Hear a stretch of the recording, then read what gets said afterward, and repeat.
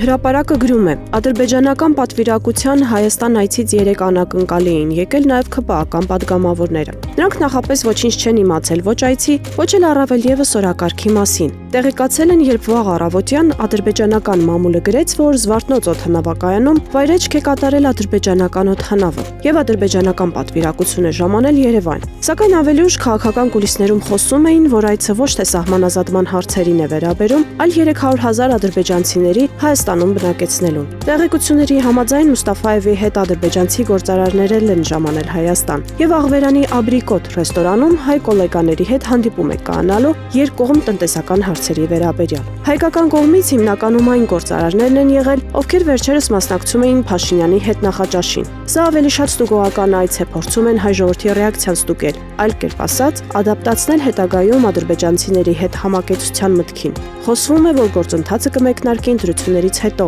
եթե Փաշինյանը վերընտրվի։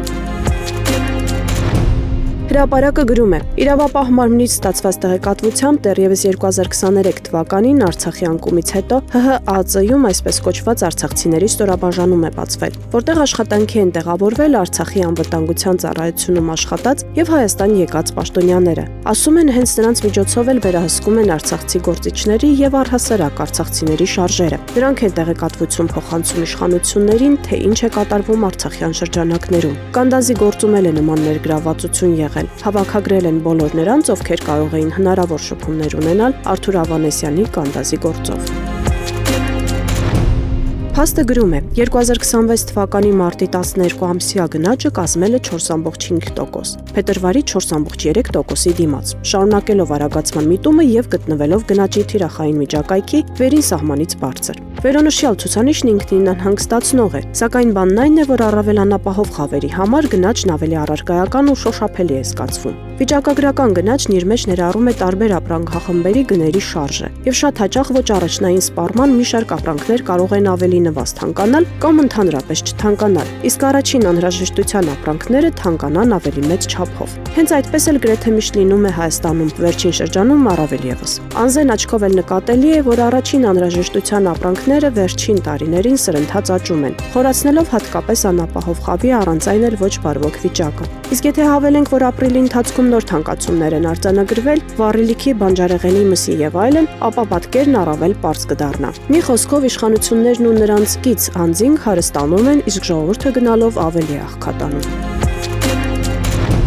Ժողովուրդը ուսումնասիրել է ՀՀԶՈΥ գլխավոր շտաբի պետ գեներալ լեյտենանտ Էդվարդ Ասրյանի վերջին տարիների հայտարարագրերը, հասկանալու համար, թե ինչ ունեցվածք ունի նա։ Էդվարդ Ասրյանը ծնվել է 1977 թվականի մայիսի 22-ին Արցախի Ազոխ գյուղում։ 2024 թվականի հայտարարագրի համաձայն նա շարունակում է ունենալ նույն բնակարանը Երևան քաղաքի նոր վարչական շրջանում, որը գրանցվել է 2022 թվականի հուլիսի 25-ին։ Տրանսպորտային միջոց չի հայտարարվել։ Բանկային հաշիվների մնացորդը աճել է, կազմելով 4.585.220 դրամ։ Կանխիկ դրամը 4.500.000 դրամ, իսկ տարեկան եկամուտը 24.335.240 դրամ։ Միաժամանակ վարկի մնացորդը նվազել է եւ կազմել 19.898.659 դրամ։ Ուսումնասիրված տվյալները ցույց են տալիս, որ Էդվարդ Ասրյանի եկամուտները տարիների ընթացքում աճել են։ Ավելացել են նաեւ դրամական միջոցները, մինչդեռ վարկային պարտավորությունը աստիճանաբար նվազել է։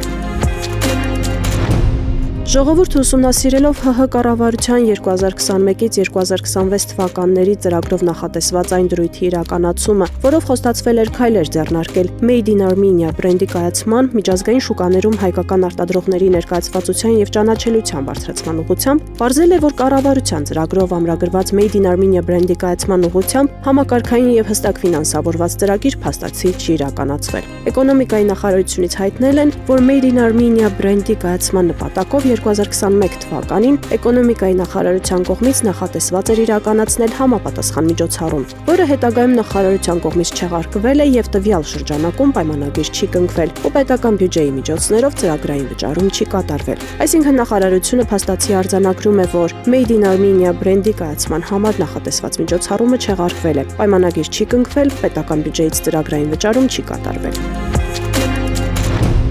Հրապարակի տեղեկություններով հակակոռուպցիոն կոմիտեում քննվող վարույթի շրջանակներում մեղադրանք է առաջադրվել 10 տարի պաշտպանության փոխնախարար, ապա արտակարգ իրավիճակների փոխնախարար աշխատած Արա Նազարյանին։ Նա մի շարք զինվորականների հետ անցնում է մի քրեական վարույթով, որը վերաբերում է ՊՆ-ի կողմից բնակարաններ հանձնելուն։ Պարզելու համար, թե կոնկրետ ինչի մասին է խոսքը, թերթը փորձել է կապվել Նազարյանի կամ նրա փաստաբանի հետ, սակայն չի հաջողվել։ Վերջին տարիներին Նազարյանը հանրության տեսադաշտից անհետացել է, հայտնի չէ, թե այժմ ինչով է զբաղվում։